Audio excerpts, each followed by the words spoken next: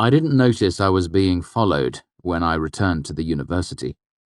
Perhaps my head was so full of dinner that there was little room left for anything else. Perhaps I had been living civilized for so long that the hard-earned reflexes I'd picked up in Tarbine were starting to fade. The blackberry brand probably had something to do with it as well. Deog and I had talked for a long while, and between us drank half a bottle of the stuff. I had brought the remainder of the bottle back with me, as I knew Simon had a taste for it. Small matter why I didn't notice them, I suppose. The result was the same. I was strolling down a poorly lit part of Newhall Lane when something blunt struck me on the back of the head, and I was bundled off into a nearby alley, half senseless.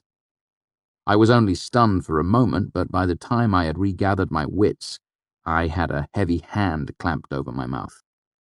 "All right, Cully," the huge man behind me spoke into my ear. "I've got a knife on ya.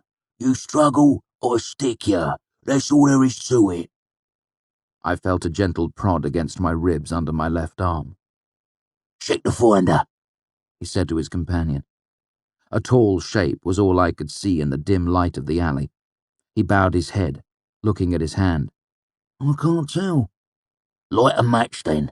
We have to be sure." My anxiety began to blossom into full-blown panic. This wasn't some simple back-alley coshing. They hadn't even checked my pockets for money. This was something else. "We know it's him," the tall one said impatiently. "Let's just do this and have it over with. I'm cold." "Like hell, check it now while he's close.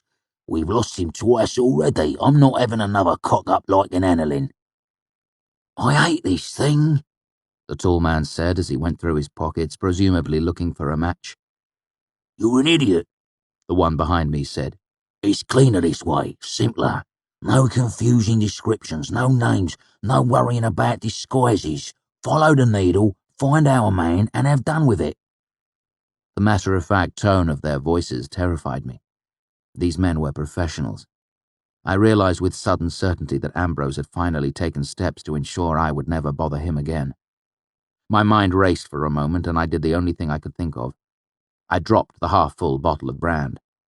It shattered on the cobblestones, and the night air was suddenly filled with the smell of blackberries. "That's great," the tall man hissed. "How about you let him ring a bell while you're at it?" The man behind me tightened his grip on my neck and shook me hard just once, the same way you would do to a naughty puppy. "None of that," he said, irritated. I went limp, hoping to lull him, then concentrated and muttered a binding against the man's thick hand.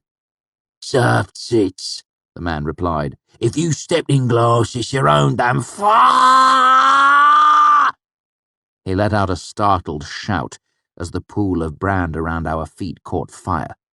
I took advantage of his momentary distraction and twisted away from him, but I wasn't quite quick enough.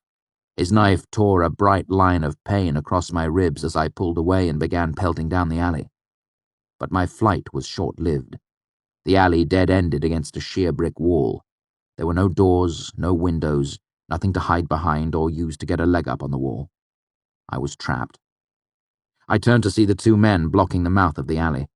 The large one was stamping his leg furiously, trying to extinguish it. My left leg was burning as well, but I didn't spare a thought for it. A little burn would be the least of my problems if I didn't do something quick. I looked around again, but the alley was distressingly clean. Not even any decent garbage to use as a makeshift weapon. I frantically ran through the contents of my cloak's pockets, desperately trying to form some sort of plan. Some pieces of copper wire were useless. Salt? Could I throw it in their eyes? No. Dried apple, pen and ink, a marble, string, wax. The large man finally beat out the flames, and the two of them began to make their slow way down the alley. The light from the circle of burning brand flickered across the blades of their knives. Still going over my countless pockets, I found a lump that I didn't recognize. Then I remembered. It was the sack of Basil's shavings I had bought to use for my sympathy lamp. Basil is a light, silvery metal, useful in certain alloys that I would be using to construct my lamp. Manet, ever the careful teacher, had taken care to describe the dangers of every material we used. If it gets hot enough, Basil burns with an intense white-hot flame. I hurriedly untied the pouch. The trouble was I didn't know if I could make this work. Things like candle wicking or alcohol are easy to light. They just need a focused flash of heat to get them going. Basil was different. It needed a great deal of heat to ignite, which is why I wasn't worried about carrying it around in my pocket. The men came a few slow steps closer, and I flung the handful of basil shavings in a wide arc. I tried to get it close to their faces but didn't hold much hope. The shavings had no real heft. It was like throwing a handful of loose snow. Lowering one hand to the flame, licking at my leg, I focused my alar.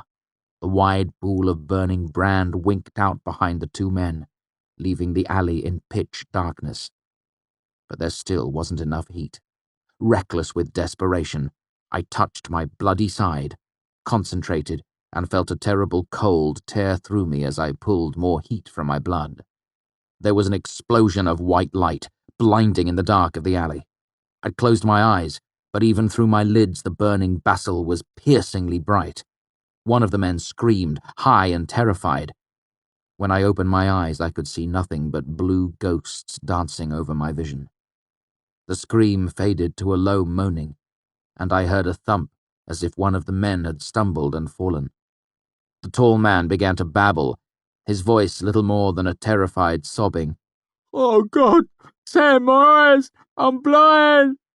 As I listened, my vision cleared enough for me to see the vague outlines of the alley. I could see the dark shapes of both men. One was kneeling with his hands in front of his face. The other was sprawled motionless on the ground farther down the alley. It looked like he had run headlong into a low rafter beam at the mouth of the alley and knocked himself unconscious. Scattered around the cobblestones, the remnants of basil were sputtering out like tiny blue-white stars. The kneeling man was only flash-blind, but it would last for several minutes, long enough for me to get well away from here. I moved slowly around him, being careful to step quietly. My heart leapt into my throat as he spoke up again. "Sam?" The man's voice was high and frightened. "I swear, Sam, I'm blind. The kid called down lightning on me." I saw him go down onto all fours and begin to feel around with his hands. "You were right. We shouldn't have come here. No good comes of meddling with these sort of folk." Lightning. Of course. He didn't know a thing about real magic. It gave me a thought. I took a deep breath, settling my nerves. "Who sent you?" I demanded in my best Tarball-in-the-Great voice. It wasn't as good as my father's, but it was good. The big man gave a wretched moan and stopped feeling around with his hands.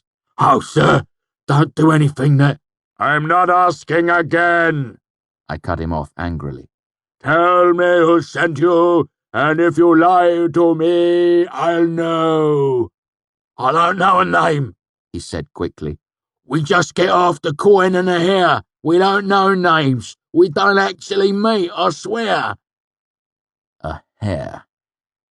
The thing they had called a finder was probably some sort of dowsing compass. Though I couldn't make anything that advanced, I knew the principles involved. With a piece of my hair, it would point towards me no matter where I ran. "If I ever see either of you again, I will call down worse than fire and lightning," I said menacingly as I edged toward the mouth of the alley. If I could get hold of their finder, I wouldn't have to worry about them tracking me down again. It had been dark, and the hood of my cloak had been up. They might not even know what I looked like. "Thank you, sir," he babbled. "I swear you won't see hide or hear of us after this. Thank you." I looked down at the fallen man. I could see one of his pale hands against the cobblestones, but it was empty. I looked around, wondering if he had dropped it. It was more likely that he'd tucked it away. I moved closer still, holding my breath. I reached into his cloak, feeling for pockets, but his cloak was pinned under his body. I took gentle hold of his shoulder and eased him, slowly. Just then, he let out a low moan and rolled the rest of the way onto his back under his own power. His arm flopped loosely onto the cobbles, bumping my leg. I would like to say I simply took a step away, knowing that the tall man would be groggy and still half blind. I'd like to tell you I remained calm and did my best to intimidate them further, or at the very least that I said something dramatic or witty before I left. But that would not be the truth. The truth was, I ran like a frightened deer. I made it nearly a quarter of a mile before the darkness and my dazzled vision betrayed me, and I ran headlong into a horse tether, crumpling to the ground in a painful heap. Bruised, bleeding, and half-blind, I lay there. Only then did I realize I wasn't being chased at all. I dragged myself to my feet, cursing myself for a fool. If I'd kept my wits about me, I could have taken their dowsing compass away, ensuring my safety. As it was, I'd have to take other precautions.